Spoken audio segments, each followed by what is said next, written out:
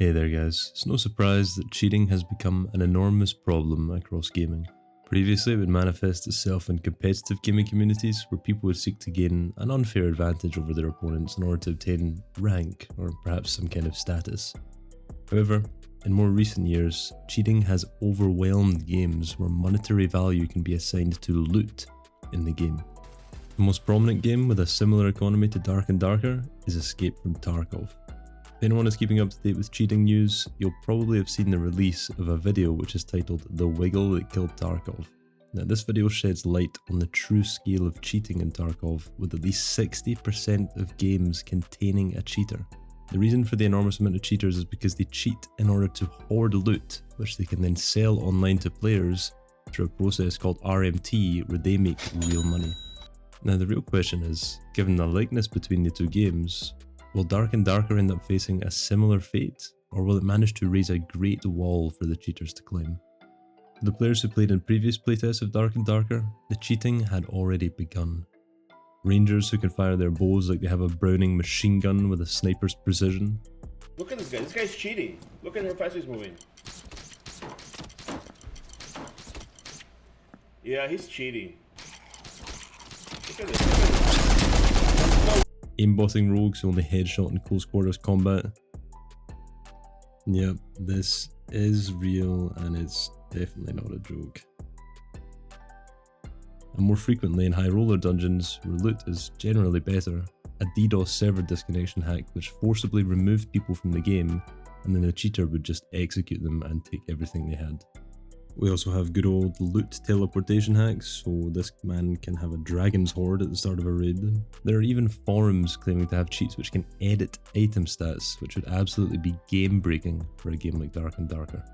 It's safe to say that cheating will be a problem, just like any other game, but how are they going to deal with it? As far as we are aware, the previous playtest didn't actually house a functioning anti-cheat, and therefore fell victim to fairly basic cheating issues. They only had cheat detection for specific triggers and a manual report system. Now they have stated that they will have proper anti-cheat for the game's release, and just decided not to run it for the tests, which is fair enough. It prevents cheaters from having a head start when the game fully releases, and hopefully delays the surge of cheaters which are going to follow.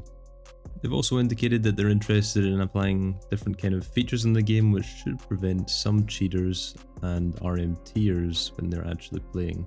Now I assume from this statement they are talking about RMT because it seems like the most probable thing that they could counter with actual in-game mechanics and features. It has been stated in a Q&A with the devs and been talked about a lot by the Dark and Darker community on Discord that they have apparently hired a renowned anti-cheat professional. Now I don't know exactly what this means.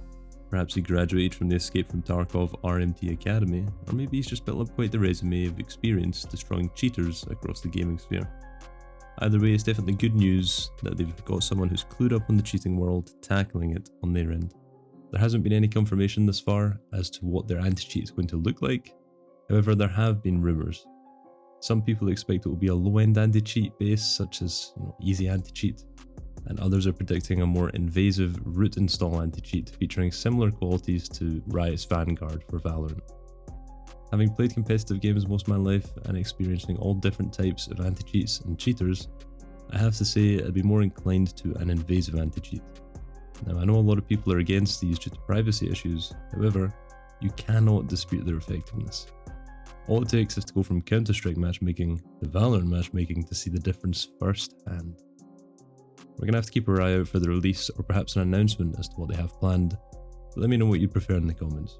It's also important to remember that just like Tarkov, Dark and Darker is likely not going to be free to play and is going to be probably relatively expensive when it releases.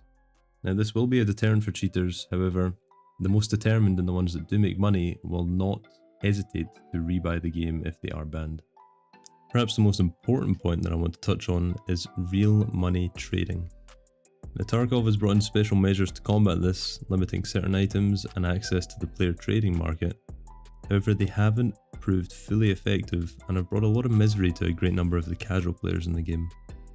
Seeing the popularity of Dark and Darker reaching over 1 million players in the previous test, ruining the game for casual players is definitely not an option.